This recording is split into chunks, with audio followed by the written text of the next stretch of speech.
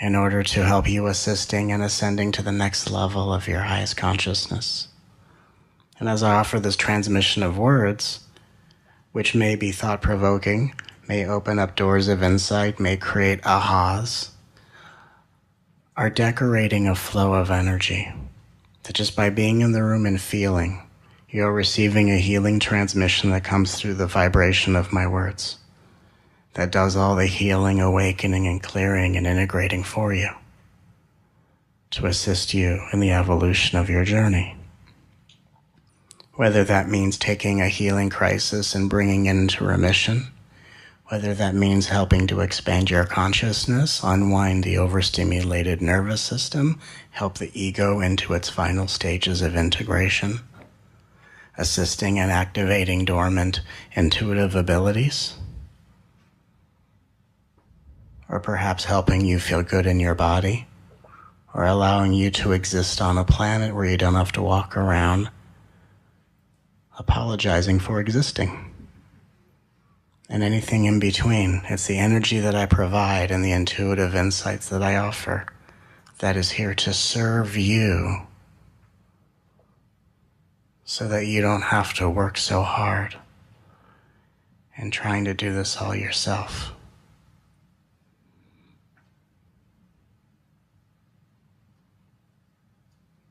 You don't have to try to do it all yourself.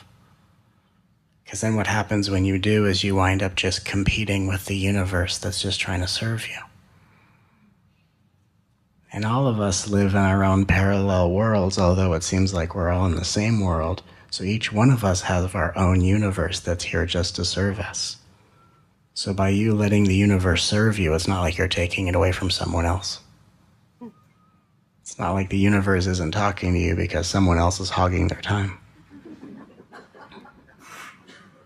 It's like the infinite availability of breath. You can breathe deeply and you're not going to make anyone around you lightheaded.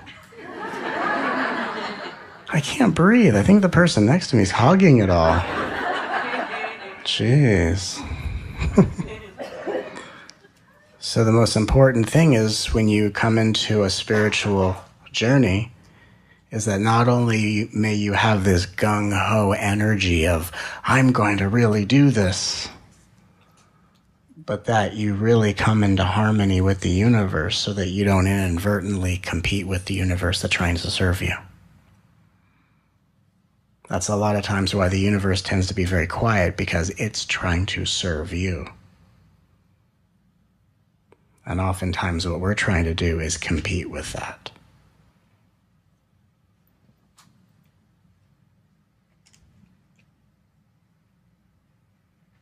We have this mentality of, I'm going to do it myself. Why are you doing that?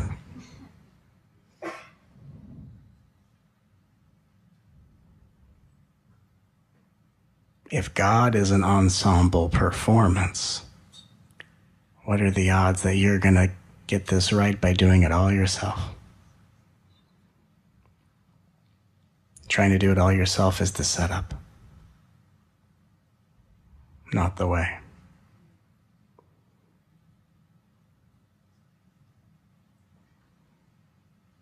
And when we're on a spiritual journey, what we tend to realize sooner or later is that it doesn't actually matter what happens to you, but the level of consciousness you're at when things happen. And the level of consciousness you're at will determine the experience you have, which is not determined by the comings and goings of circumstance. When you're at a very conditioned level of consciousness, the things that happen to you determine your experience. And we live in a very fear-based reality. But as you evolve your consciousness and your heart opens, you start to realize what the teachings of liberation are going to provide you, which is the realization of it doesn't matter what happens to you, it only matters the level of consciousness you're at when things happen. And there can be a lot of superstitious, fear-based ideas when you hear something like that, because some people will think, well, if it doesn't matter what happens to me, maybe that's going to cause more bad things to happen.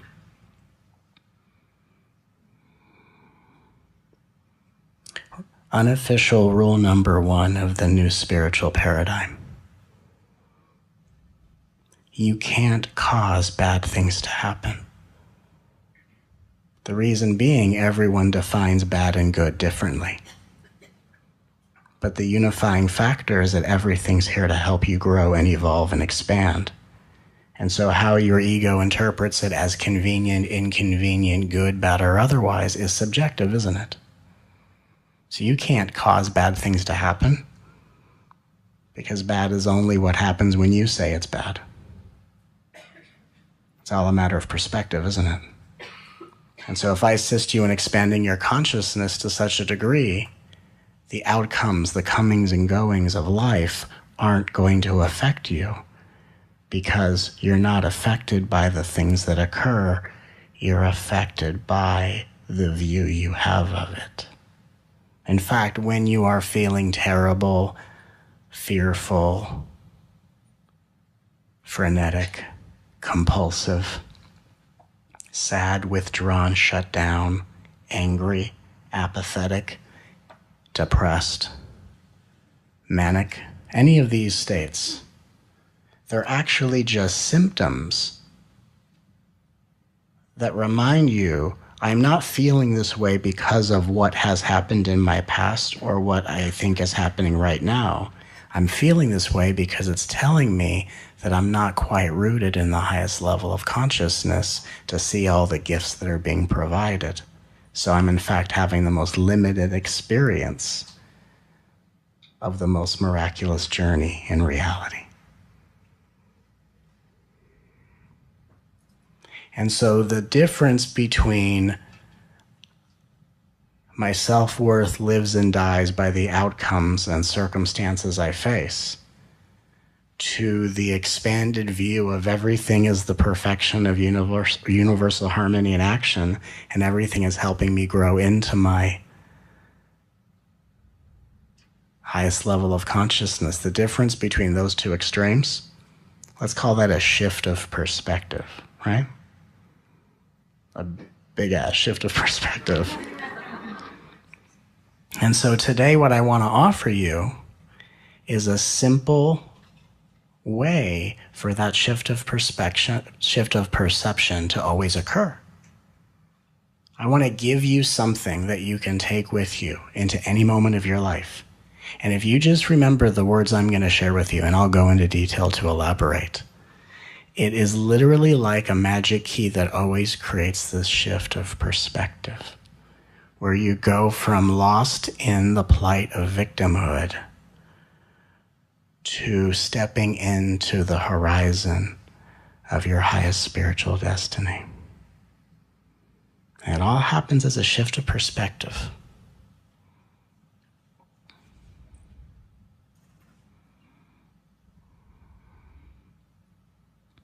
So what has the power to do that? And I'll just say it to you. It's a two-part phrase. And I'll go into detail as to why it's so powerful.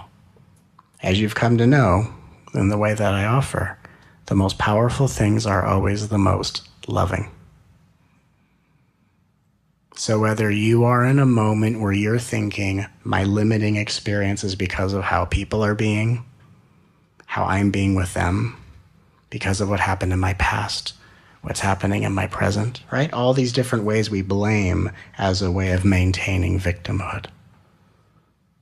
So what can rescue us in that moment of victimhood and blame and judgment and shift us into a place of spiritual awareness?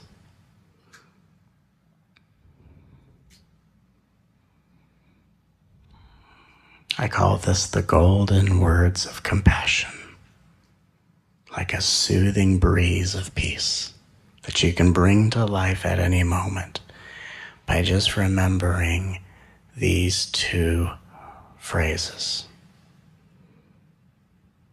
Phrase number 1, everyone is always doing the best they can. Here's phrase number 2. If they could do better, they would. Doesn't that feel lovely? everyone's doing the best they can, and if they could do better, they would.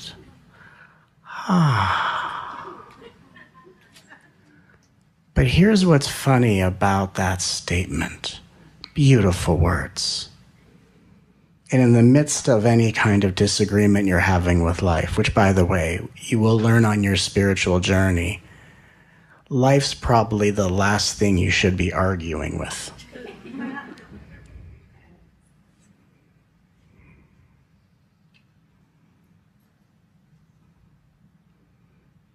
And if you don't argue with life, you don't argue with anything. Everyone's always doing the best they can. If they could do better, they would. But here's what that statement, or those two statements, the golden words of compassion, bump up against in you. And I'm going to show you why it bumps up against something in the ego and give you a different way of looking at this. Hopefully to give you like a, oh my God, that's an aha. What it bumps up against in the ego is, I know I could do better than I'm doing. Or I know they, whoever they are in your life, could be doing a lot better, right? Do you know what I'm saying? Like you hear me saying, everyone's doing the best they can. You go, oh, that feels really nice. But deep down, there's a part of you that goes, no. I know they can do better. I know I can do better. And I don't know how to get them or myself there. So I'm just going to punish myself until I figure it out. Right? Which is not a good plan, by the way. Let's call that Plan B. And the rule of Plan B is we will never revert to Plan B. All Plan B is here to do is turn you back to Plan A. But isn't that true? Like when you look at how, isn't there an idea of, here's how I envision acting in public, and then there's the way I act in public. Do you know what I'm saying? Here's how I envision people in my life treating me, and here's how they treat me, which is different. Here's how I imagine being treated at work, and then I go to work and I play that out. Isn't there like this extreme of, here's how I think I can potentially be, and here's how I wind up being, and the difference causes us to really punish ourselves in a not so nice way. And we hear the beautiful words, everyone's doing the best they can, yeah, but I know I can do better. Let me tell you why you have this experience. It's not because you have unreasonable expectations. It's not even that you have an expectation. In fact, I'll even tell you the spiritual significance of expectation. It's that you are so masterfully intuitive. You are intuiting somewhere in the future of your current timeline. You're seeing a vision of how you're going to be behaving. And then you compare it to how you're behaving right now, and the difference can be appalling. You have a vision of how other people should be behaving, and that's actually your intuition saying, hey, by the way, in the future, here's how they're going to be. But then your expectation says, but I want that right now. So the harmony of conscious alignment says, the reason I know how I want to be is because my intuition is giving me a flash of my future. And if I could just relax into the journey where I already know where I'm going to end up, I already know how people are going to treat me, how I'm going to treat them. And if I can stop trying to fast track and run towards the future and enjoy the unfolding of my destiny, as if life is saying, look, we're going to give you flashes of how you're going to wind up being, and it's going to be spectacular.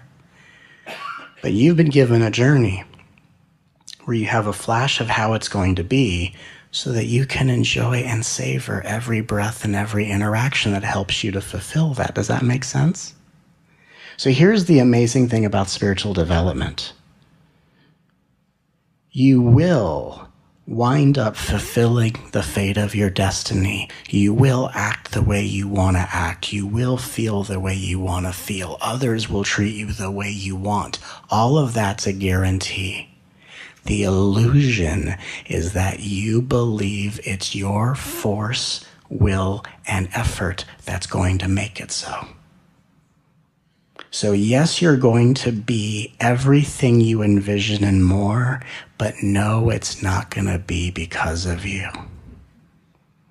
It's going to unfold exactly the way it unfolds because it was time for that to happen.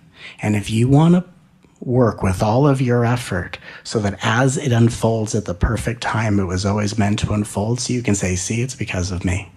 You're free to do so. You're free to do so even though that's not the reason why anything happens. The seed does not sprout roots and become the fragrance of a flower because of what the seed does underground.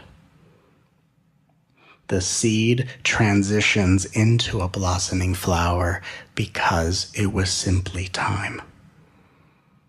And all of what occurs that the seed thinks it's because of its will is the experience the seed has in its own imagination. So you can say, here I am blossoming, and it's all because of my effort. It's all because of me. I apparently hated myself so consistently that I motivated myself to be better.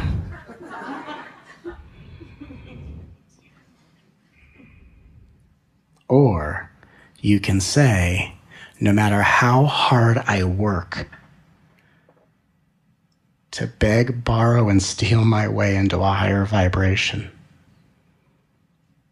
my intuition tells me what's already meant to be, and I have the beautiful journey of growing into what's already bound to come when it's time. And then someone says, well, how do I make it that time faster? And I'll tell you, because there is a way. The way you make it that time faster is by handing over the will that's trying to be in charge of it. Which is usually the time someone says, you got any other way to make it happen faster?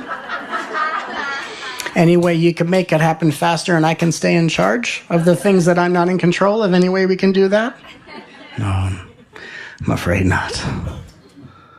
So does that make sense that everything that you envision being and how people will be for you is exactly the way it's going to be sooner or later, but that the illusion is that you think it's your will, force, and effort that makes it so? Does that make sense?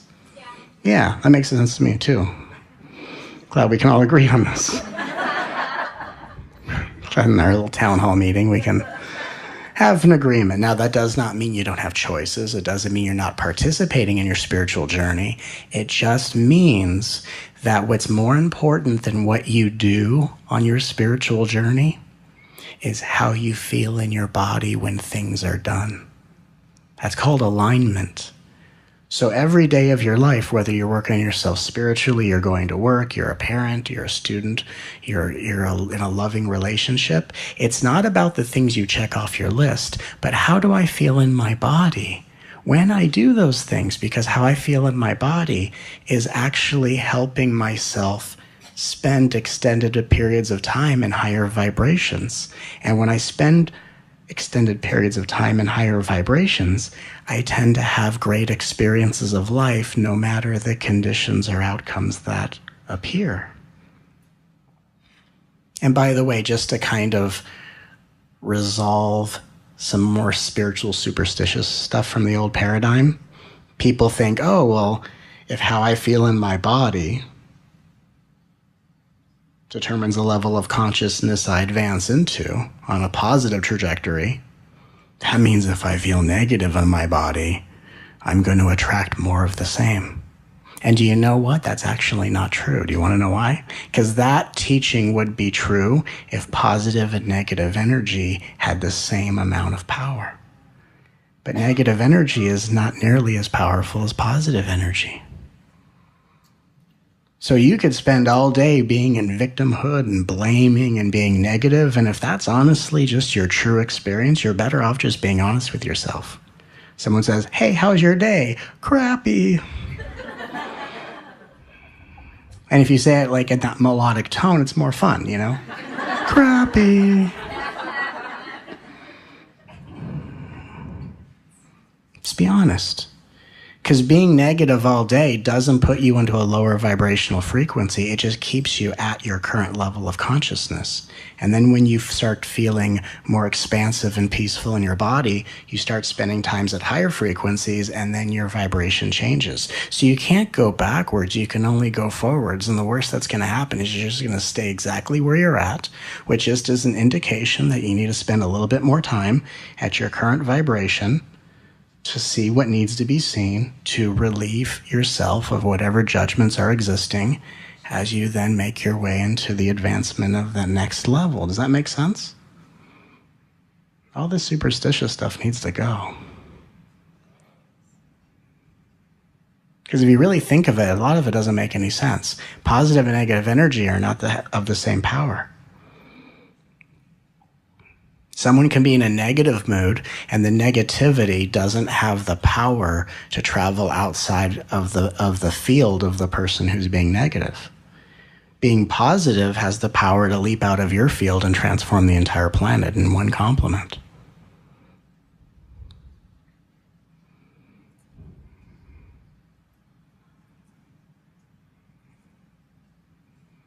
And so if it's not a matter of the things you do spiritually every day, but how you feel in your body when things get done, what is it that can help you really spend the most amount of time aligned in the highest consciousness so you can experience the journey of becoming who you're already destined to be?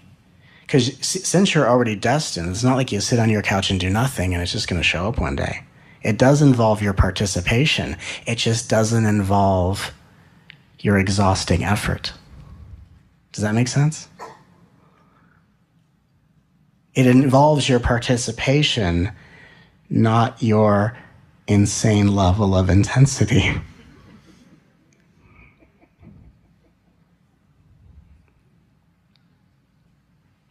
It's like talking to the universe and the Lord says, "I have sent you here to spiritually evolve."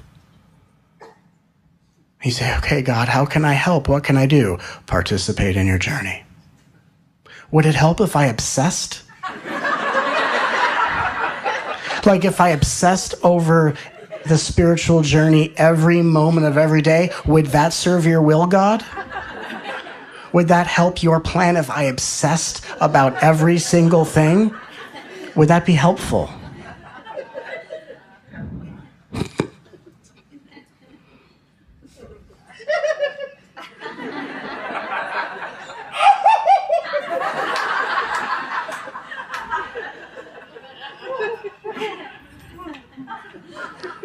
As you can tell by that response, obsession does not give you an advantage on the spiritual journey.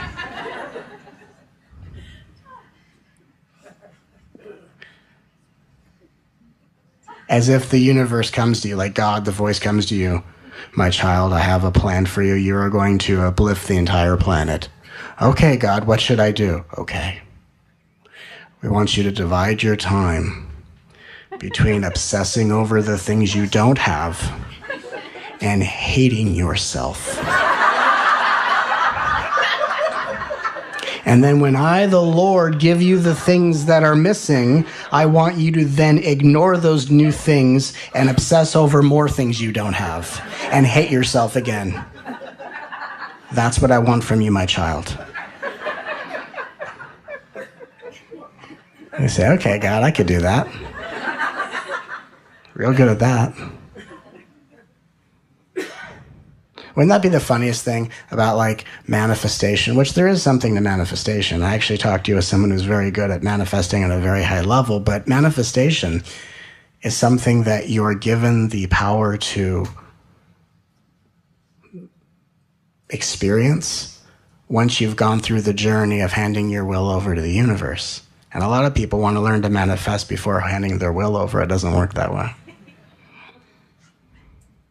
But it'd be awesome if we, people who are manifesting could just be boldly honest about it. Talking to a friend, hey, what are you doing? I'm manifesting. What are you manifesting? Just a bunch of stuff I don't have. And what are you going to do when it shows up? Probably ignore it and look for other things I don't have.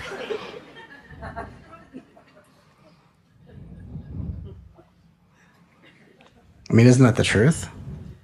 Isn't manifestation just the spiritual version of like someone who has endless article of clothing in their closet and they don't have a thing to wear? It's basically what it is.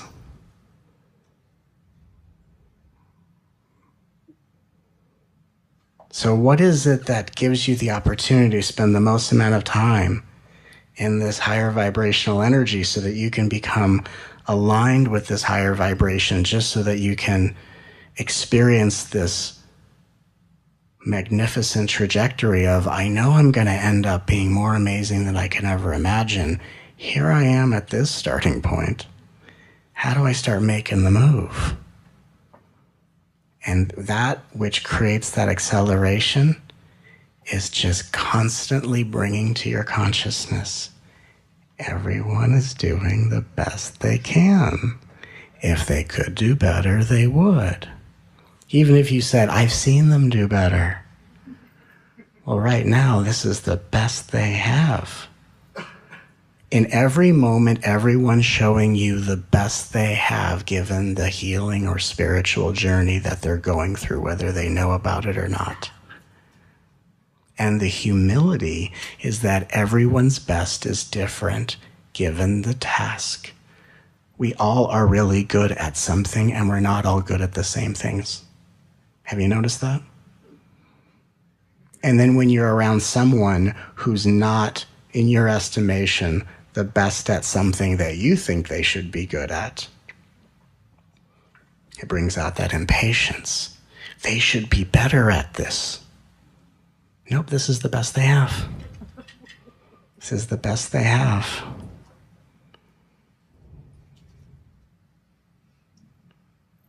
Someone gives you the change for your purchase, doesn't even count the money back to you, just basically just anything other than throwing it back at you, and frowns and snarls. That's the best they have in that moment.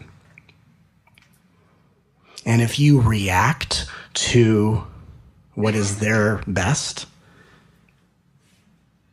and you know it's not your personal best, in this moment, oh, I was not aware that this was for me the best that I can do. This is what I'm capable of right now. Do you see how that's humbling? Does that feel humbling? It really helps unravel the spiritual arrogance of, they shouldn't be this way, I shouldn't be this way. They should be better than this, I should be better than this. It works out all that arrogance to, this is the best they have right now, and my judgment and hatred of their best apparently is my best. Wonk, wonk, wonk. Looks like everyone's doing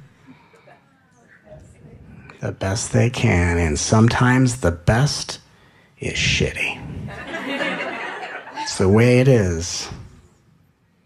Because your intuition knows the way you're gonna be in the future and can use it against you in the present. So what if even you judging yourself for not measuring up to your spiritual aspirations is the best you can do in that moment? Doesn't that feel nice? Doesn't that feel soothing? Like, oh yeah, it's nice. That's what today's transmission is, like a soothing breeze of peace and compassion. Oh, I'm doing the best I can do right now.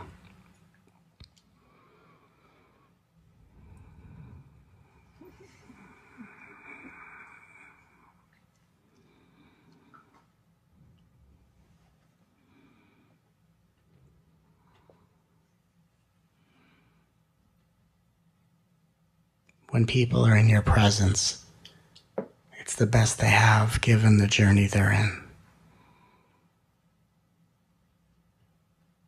And that frees you from needing to be with other people, and when they're not measuring up to the standard of your conduct, bless you, you don't have to pretend like, oh, well, their behavior is mirroring something in me. No, it's not.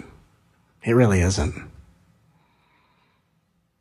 Rule number 2 of the new paradigm spiritual teaching. You are a mirror of what the world's becoming, but the world is not a mirror of where you're at.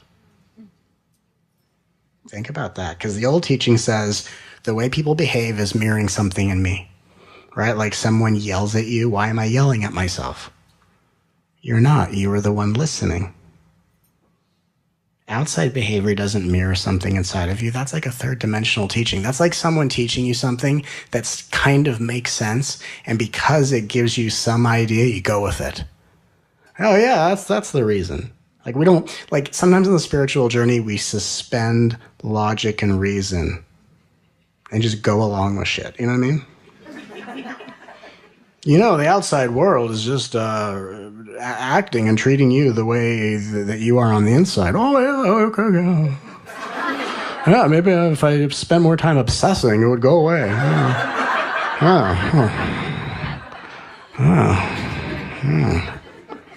Outside's a mirror of the inside. No, it's not. The inside is a sneak preview of what the world is becoming. And the outside world is whatever it needs to be to coax and bring out of you that which is already within. Does that make sense? So you are a reflection of the world's destiny, and the world is not a reflection of anything within you. Doesn't that feel good?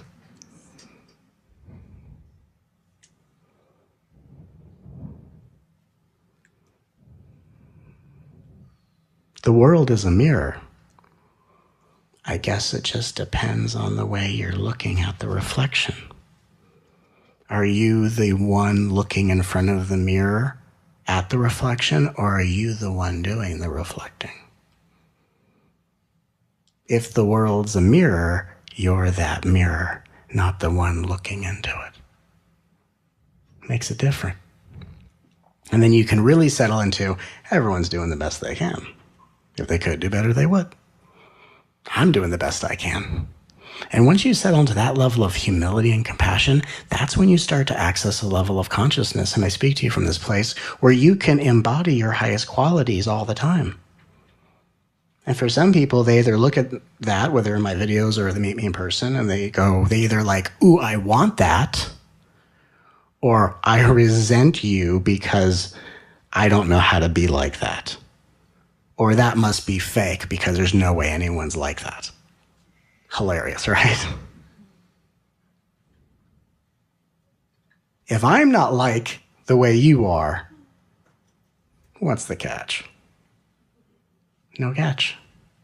Just pure compassion and humility, and eventually you get to a place where you're so humble and compassionate with life, your qualities naturally bubble to the surface, and it doesn't need your ego to be a kung fu master. Okay, I'm walking down the street, and if this happens, here's what I'm going to do. Like you're preparing for some battle. Like you just learned some karate at the local Y, and you're like waiting for some. Okay, the next person who walks up and throws a punch, here's what I'm going to do.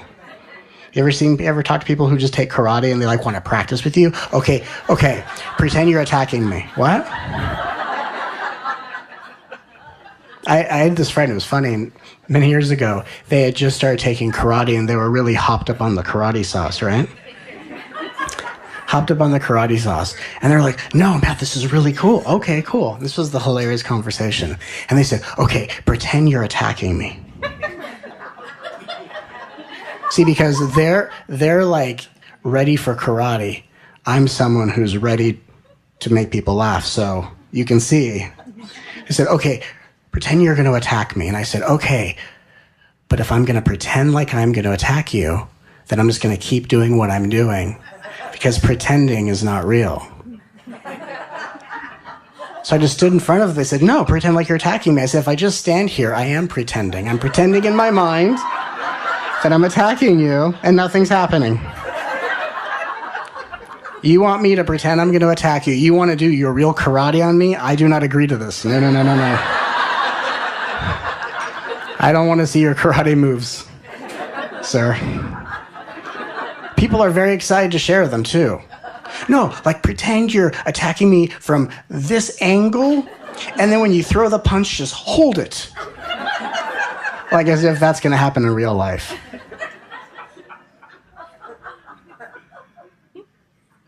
Like someone's going to go to attack you, and then they have a Charlie horse, and they just hold it. And you go, that gives me the opportunity.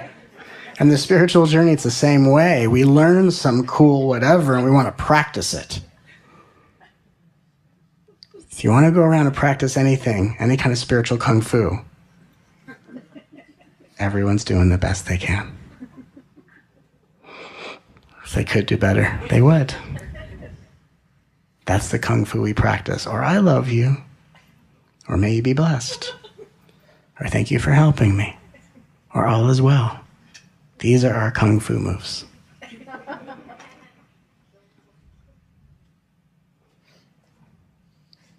Taught to you by someone who lives a mildly sedentary life. So it's just going to give you a lot of peace. A lot of relaxation. Everyone's doing the best they can.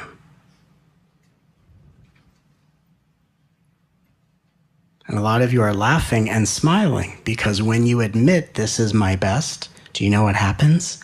Your best begins to become revealed. So a lot of us think if I can accept this as my best, boy, what a heartbreak that is. Wow, this is my best? Right?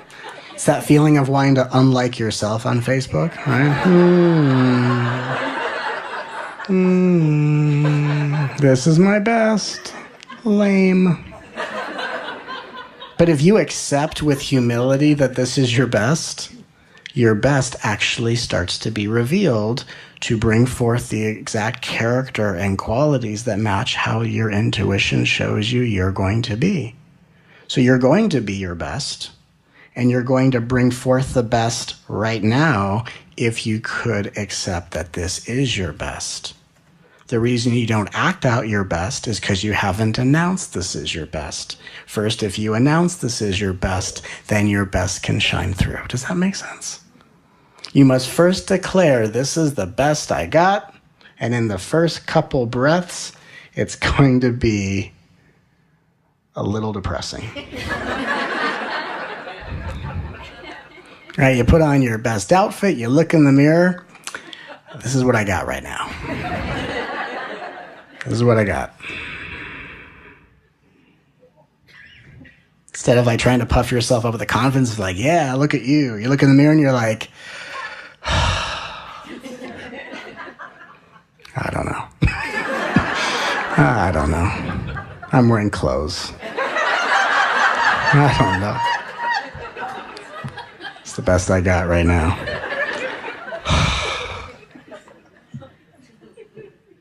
Whatever. That's like the first moment of compassion acceptance. Whatever. I don't know. Whatever. But when you accept this is your best, a few seconds after that whatever comes actually your best. That's the only threshold you have to cross, is you have to risk acknowledging some of your less impressive qualities as a part of your best capacity to bring your best capacity into your reality. So not to just settle for the qualities that are only orbiting your reality because you keep judging them.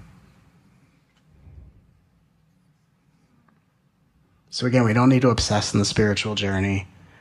We don't need to live a superstitious life of trying to run towards the high vibration to run away from the low vibration.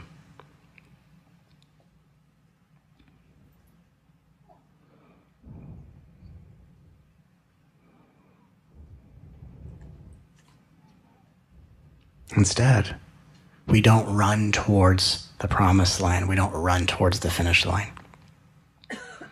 We don't run towards ascension. We move towards it compassionately. Everyone's doing the best they can. If they could do better, they would.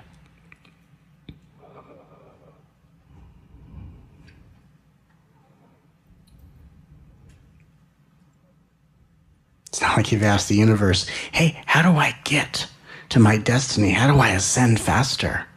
Well, you should live in more fear. That'll quicken things up. No one's going to tell you that. And the reason we live in fear is because we're not taking our time. We're not taking our time to actually be aware of, oh, this is the best someone can do right now.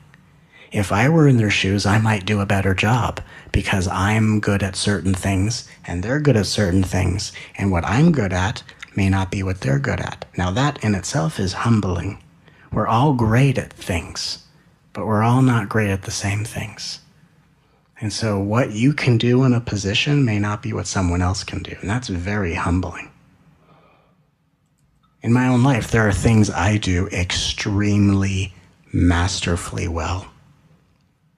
And those are very public things that I get to offer for the benefit of all of you and everyone around the world, and it's my honor. And there are other things I don't do very well. And I am constantly in awe of the people in my life that are as masterful at what they do as I am at what I do. And when I ask friends for help in certain areas that for me are just like, the things I do extraordinarily well for me is as easy as breathing. Living in alignment and living in a meditative state and just being love without like some other side to me like, oh, no one's looking. You know what I mean? This is who I am all the time. This is just the way it is. This is just like, that's what I do very well. And there are other things in my life I don't do very well, and I have friends in my life that are very talented at various things, and I always think like, how did you come up with that? Oh my God, that's brilliant.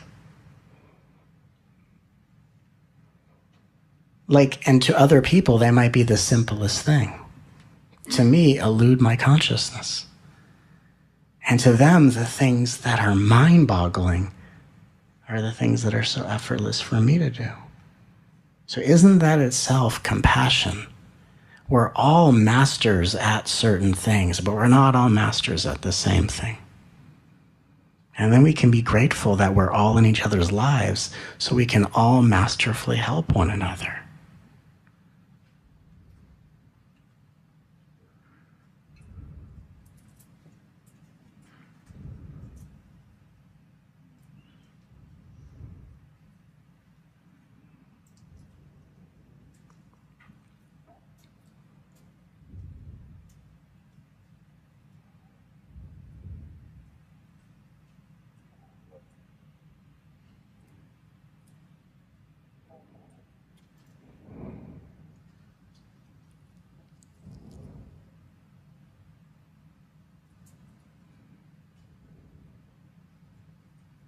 Everyone's doing the best they can, given the experiences they've survived and given the healing journey they're on that they may not understand. Let's add those words to the first statement. Given the experiences that everyone has survived, everyone's doing the best they can. You may be meeting someone and in that moment of self-absorption thinking, they're not being nice to me. Right? Why are they not being nice to me? Don't they know who I am? Do they know who I am? I have paid full price for these items. I deserve some respect. And you may not know the past experiences they've survived that they still aren't done processing. They may be appearing to be a clerk and not enamored by the ground you walk on. And you may not know that inside their mind it's still World War II, literally or metaphorically.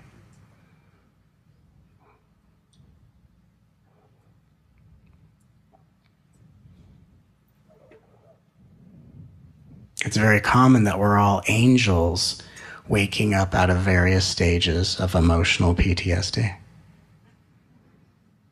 We're just like a veteran coming back from a war, replays scenarios in their minds. How many of us are still replaying those scenarios in our cellular body? and then acting out as that character from the past to those that we encounter. We're all doing the best we can. And when you start to accept that this is the best I have, your best will be revealed. And it's such a humbling moment of acceptance and compassion that can bring about a very deep, intimate moment with someone else. Like if someone says, I wish you could have been better at this. And you say, well, this is the best I have. Very sorry to disappoint you. That's rather intimate, isn't it? It just creates an intimacy. Oh my God. Oh my God. Right? Imagine being with someone. Here you are with expectations. And I did my best to meet those expectations. And in the end, I failed miserably. This was the best I could possibly do. But thanks for the chance to shine, even though I didn't measure up. Sorry to disappoint you. You say that to someone who has expectations, their heart's going to break open.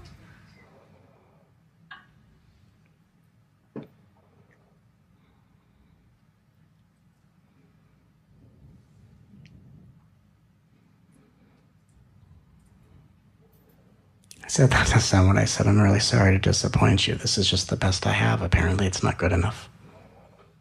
Better luck next time, huh? They looked at me. They said, now I feel bad. And I said, whoa. Let's not interrupt your abject disappointment of me. Let's not veer off course and go to feeling bad or guilt. Let's just stay with my outrageous failure.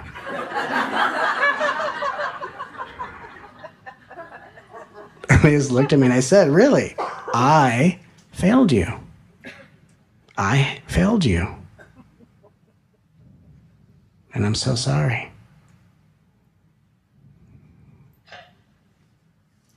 And they didn't know what to say. And they didn't need to say anything.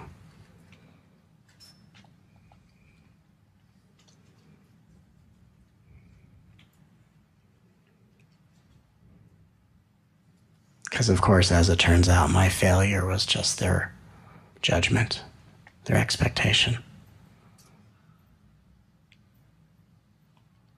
They were trying to get rid of it faster than I was. I was like, no, just hang on to it. Have your expectations. You wanted me to be a certain way, and I couldn't be that for you. I'm very sorry.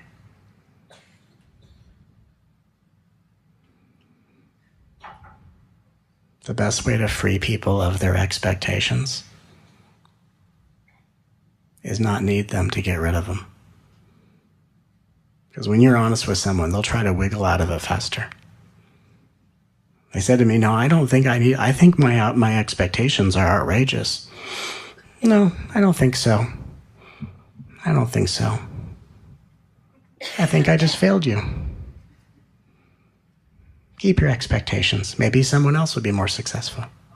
Not me today. Today I failed you. It's so powerful. Because otherwise you try to get people, you try to tell them, you're having an expectation and you're trying to get people to change. Be right where they think you are. Well, this is the best I got. It's the best I got.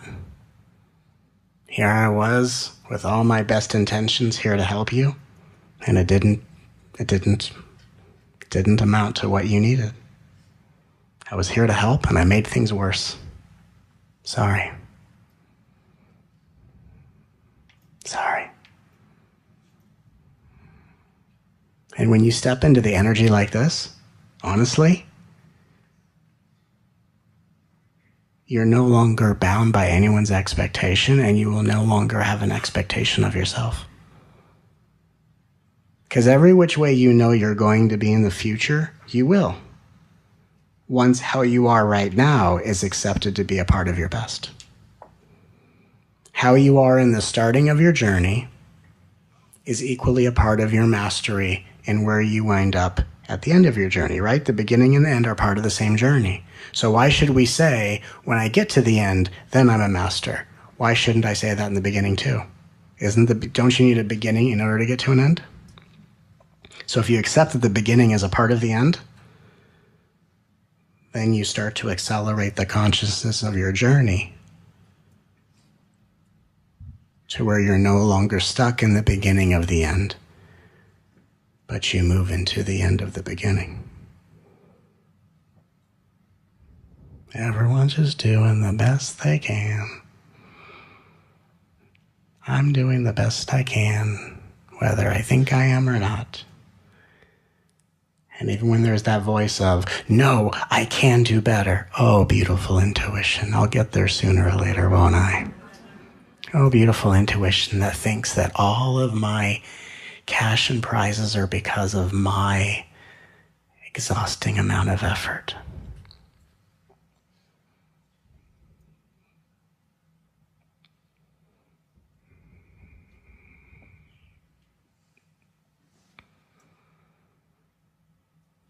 The spiritual journey is a pleasure.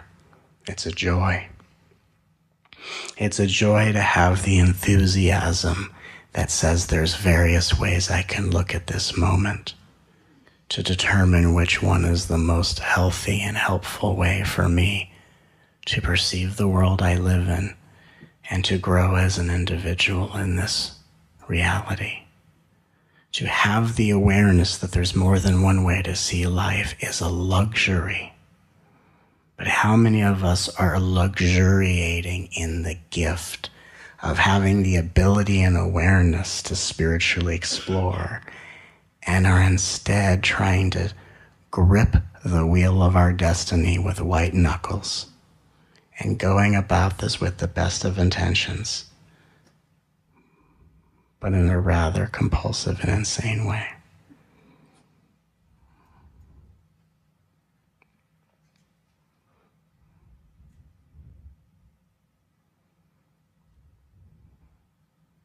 Some of us have had experiences or have seen people in our lives that have been in romantic relationships, and they've been in a toxic relationship where one of the partners is just way more obsessed with their partner than they are. You know what I mean?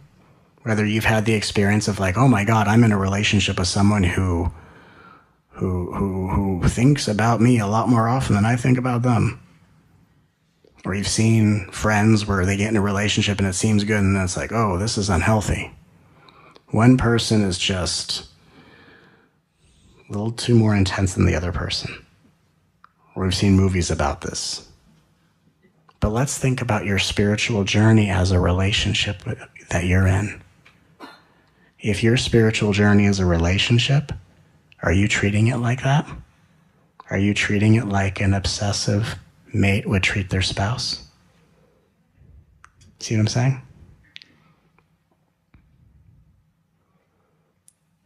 Trying to be aware of your awareness and, okay, I see you.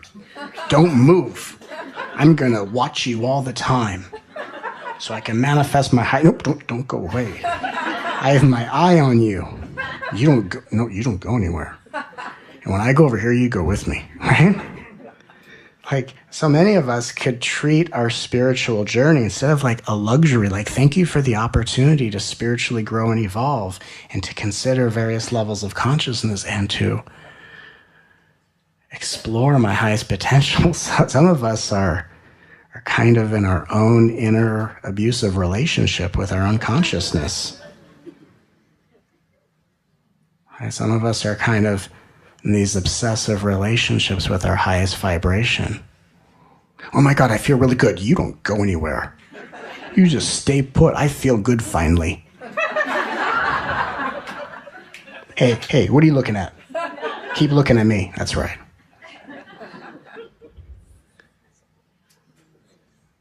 You're looking at them over there? Don't look at them over there. They have their own vibration. You look at me. Right? When people are in unhealthy relationships, one of the partners has that really unhealthy, you're mine, right? Wow, that's not good, right? Oh, it's not what you want to hear. It sounds good when it's like written on a little piece of candy. Heart-shaped candy, be mine. That sounds nice. But you've never seen a candy that says, you're mine. What? That's not good. That's not good at all. You're mine. Ah, that's yucky. No one wants to hear that. I don't want to hear you're mine, right? How many of us actually, if you look at it, go, wow, if I look at how intensely I'm approaching my spiritual journey, I'm kind of treating it like that, right? My awareness, you're mine. You're mine. We're together forever. We go everywhere together. When I go to the bathroom, you come with me. You're my consciousness.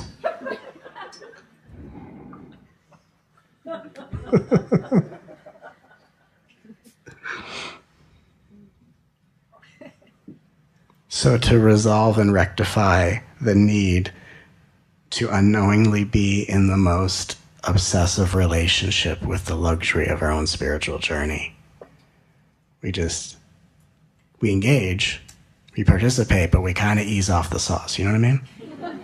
We ease off the sauce with just perspective, the golden words of consciousness. Everyone's doing the best they can, given the experiences they've survived, and if they could do better, they would. And then spiritual exploration can be a luxury. You can honor the fact that the very fact that you have the ability to perceive that when you don't feel good in your body, there are other ways of looking at the same moment that might have additional gifts of perspective for you, is itself a sign of your own mastery in action. Just that simple.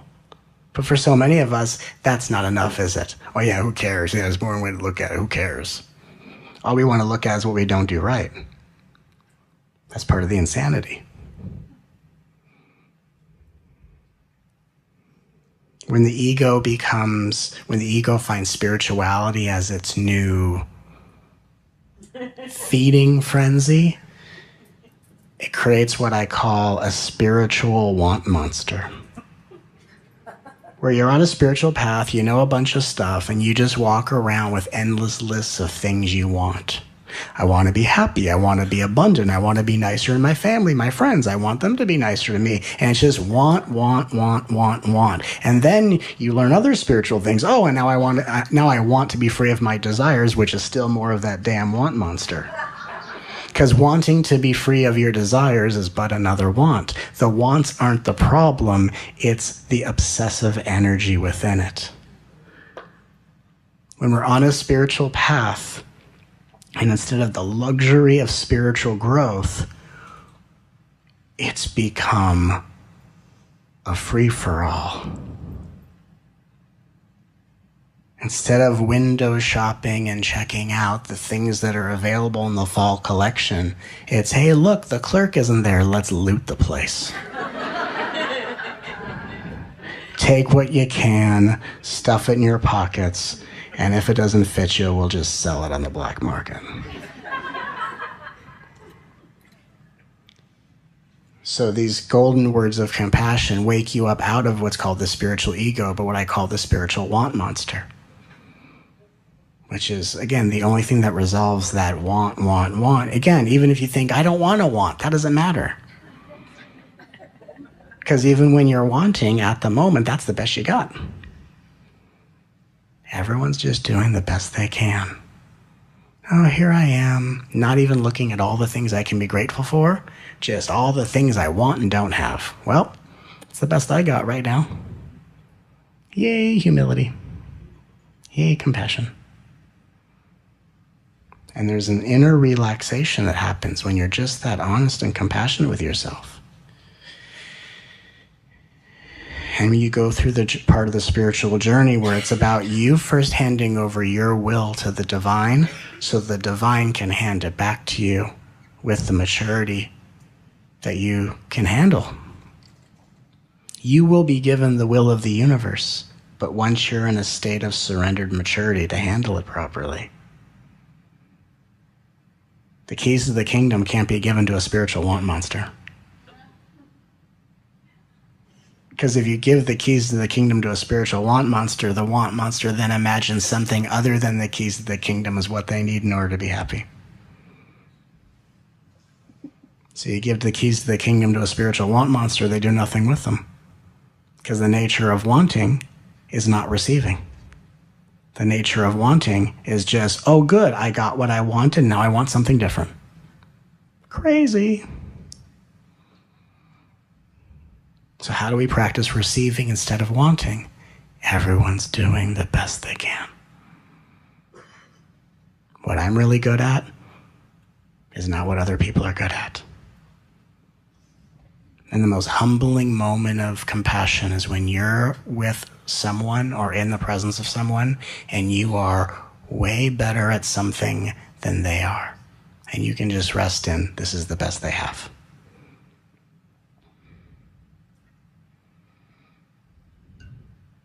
And it's like a wellspring of compassion that bubbles up inside of you.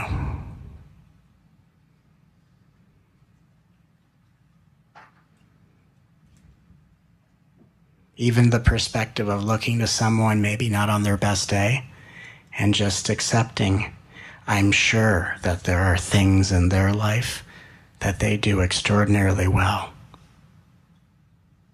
that I'm not very good at. That's true.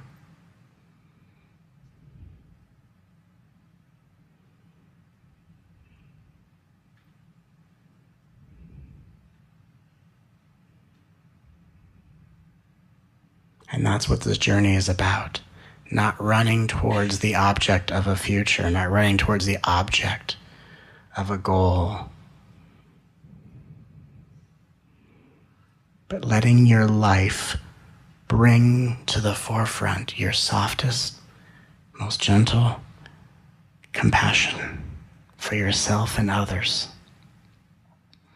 To the degree that you are so aware of the aliveness where you step upon this earth, almost in a way so not to disturb the earth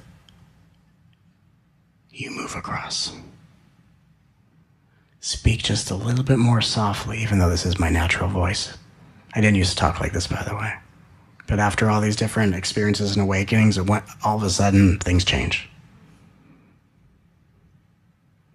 And life goes, you have awakened to a certain degree, you will now talk as if you work at a spa.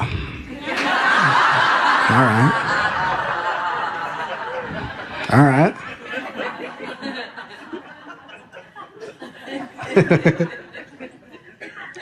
Okay.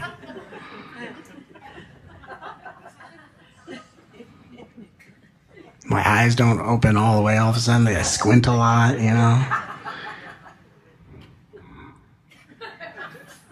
It just happens, you know?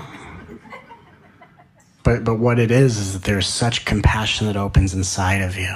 And everything in life, when you are really spiritually evolved, everything has such deep meaning. Every step forward has such meaning. Every encounter you have has such meaning. Every breath you take has such meaning. Every sound you make has such meaning. And every sound that anyone makes has such meaning.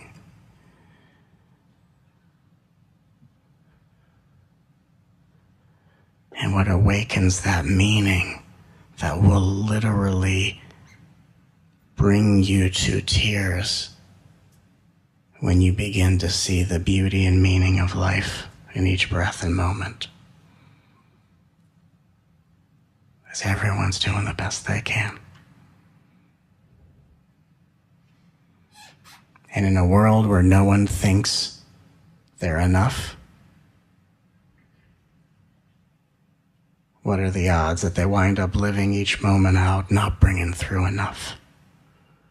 And when we lead the world into this new paradigm of consciousness that I'm calling the love revolution, we inspire the world to embrace that it's enough by celebrating and confessing, this is the best I have. In every breath I bring through the best of my ability. And then from that moment forward, the best starts to shine through to awaken the best in others so that we can all live out a global renaissance of endless spiritual expansion and mastery, where we all can be masters in each other's lives.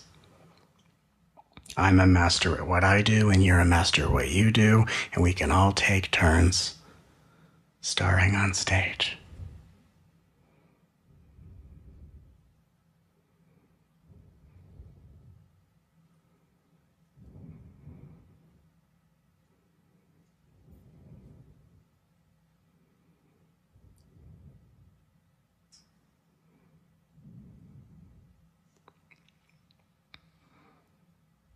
Today I'm a master of transmitting this consciousness to you. Yesterday I was not a master of opening a jar of pickles. Oh well. And I stood there in my kitchen, using all of my conventional approaches to open the jar of pickles. And I sat there and I thought, there is someone on this planet,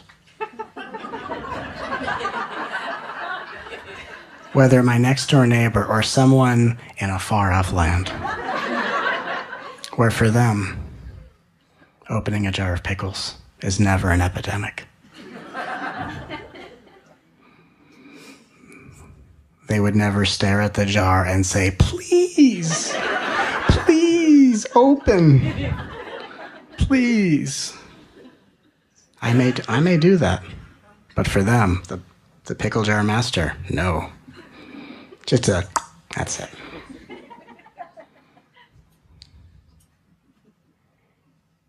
And for that pickle jar master, who may be plagued with existential crisis, I can help them.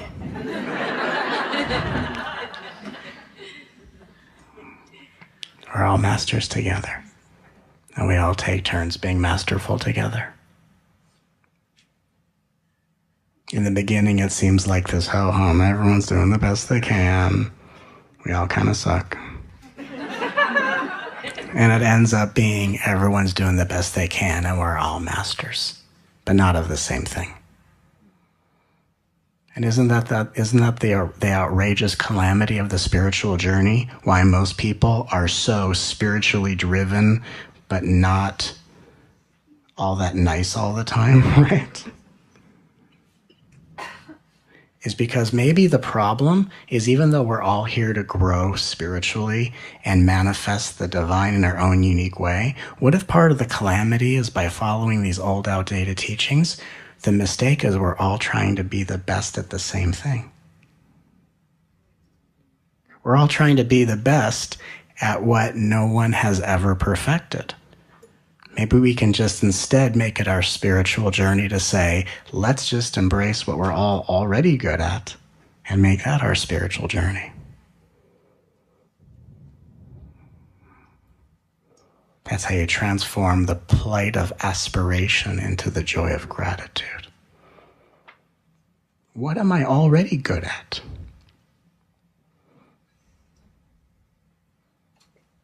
Even if you begin with, hey, I'm really good at not being nice to myself. I'm really good at being impatient. Really good at that one, right? Maybe you're good at being impatient. Really good at blaming. I could teach it. If anyone were to say, I don't know if I'm blaming right, could you go over it with me? Hey, you might be the professor, right?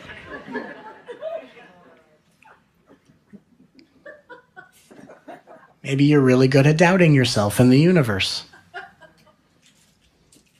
Maybe. So let's take a moment and just to yourself, whether it's something you're proud of or something that makes you laugh, what are you really good at? Maybe you're really good at wanting what you can't have.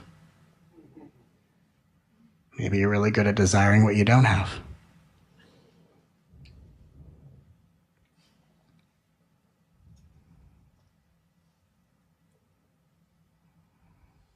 Or maybe there's something in you that goes,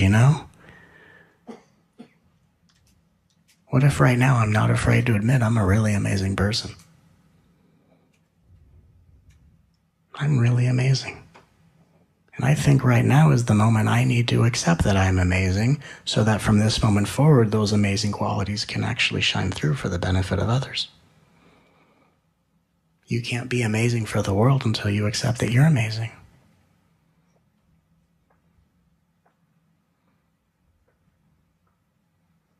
It's actually a way that I had a conversation with someone, and I helped them wake up out of a spiritual ego, which for them was a spiritually inferior ego. And in their belief system, it was like humble and humility is denying my greatness. You know that spiritual path? Like to be humble and, I'm terrible, I'm nothing, like as if that's humble. That's an ego trip. That's one of the worst ego trips there is denying your greatness as if other people can't be great. Like it's this bake sale and you signed up early for greatness and no one else can be great because you already have it. Like everyone's got to bring the paper plates and napkins because you already signed up for the part. Oh, they're great. I can't be great now. And this was a conversation I had with someone where I helped in the most unexpected way, I freed them of their own inferior spiritual ego. And I'll tell you the story just to kind of free you. And this person came up to me. It was so funny because I did it in such a straight-faced way. And it was after I was doing a presentation, and then they said, every question I had, you answered it before. Just as I'm sitting there, they had questions. I do this all the time, and I just answer things. As I'm doing this, questions get answered. They said, how do you do that? I said, well, I'm a rather amazing human being.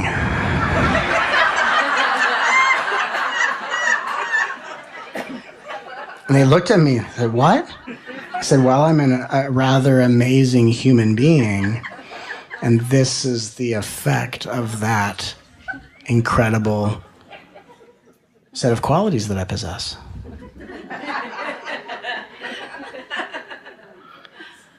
I said, and I was doing it in such a humorous way, but it was such a backwards teaching. Like when I say this to you, it frees you in such a funny way. And then I would just start having fun with it, but such a straight face. I said, one could argue, contemplate, if you will, whether that it's because of my incredible talents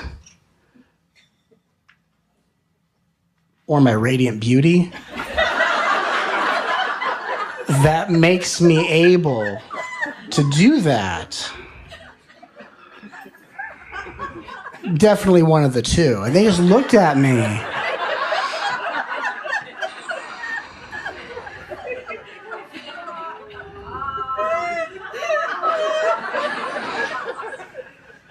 And they said to me, they go, and they were feeling something, but it was like challenging their beliefs, right? And they said, isn't that ego? And I said, no, ego is what prevents you from admitting that about yourself. It's not ego to say that. Because if someone's in a superior ego, it's I'm better than other people. This is, we're all really good at certain things. And what the biggest ego trip is you not honoring what you're good at. The biggest ego trip is you're a master at something and you think it's humility to pretend you suck at what you're really awesome at.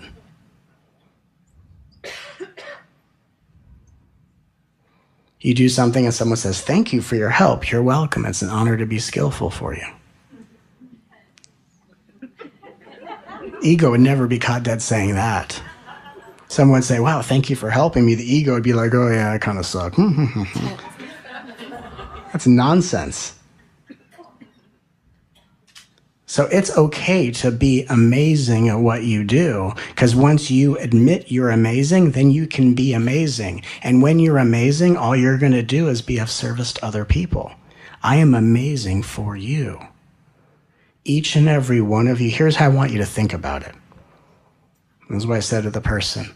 I said, I don't want you to think of me as someone you have to measure up to or however you perceive me.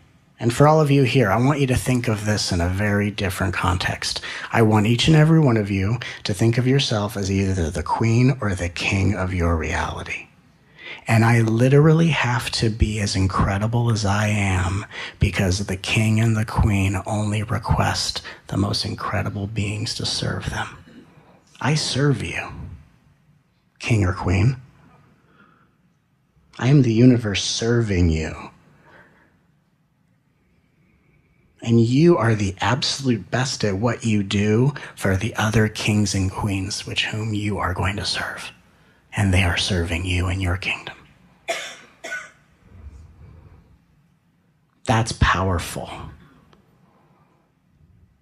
To have the audacity to sit where I sit and do what I do, I have to be spectacular every single time because that's what you deserve.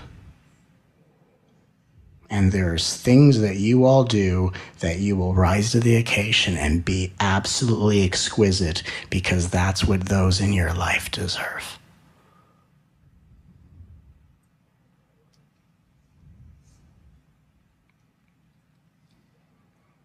We're all doing the best we can, and once you accept that everything you do is a part of your best, mastery will begin shining through in your life in the most exquisite ways.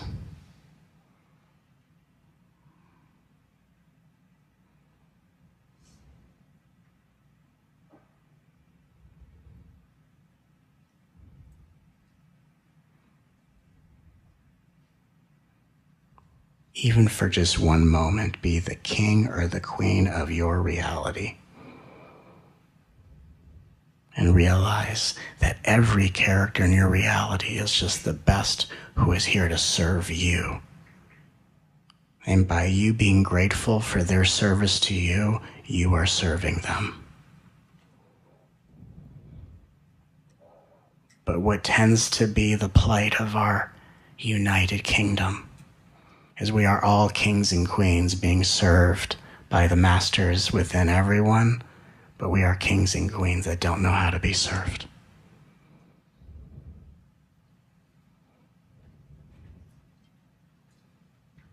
And the way we learn is by having gratitude for the mastery in every person.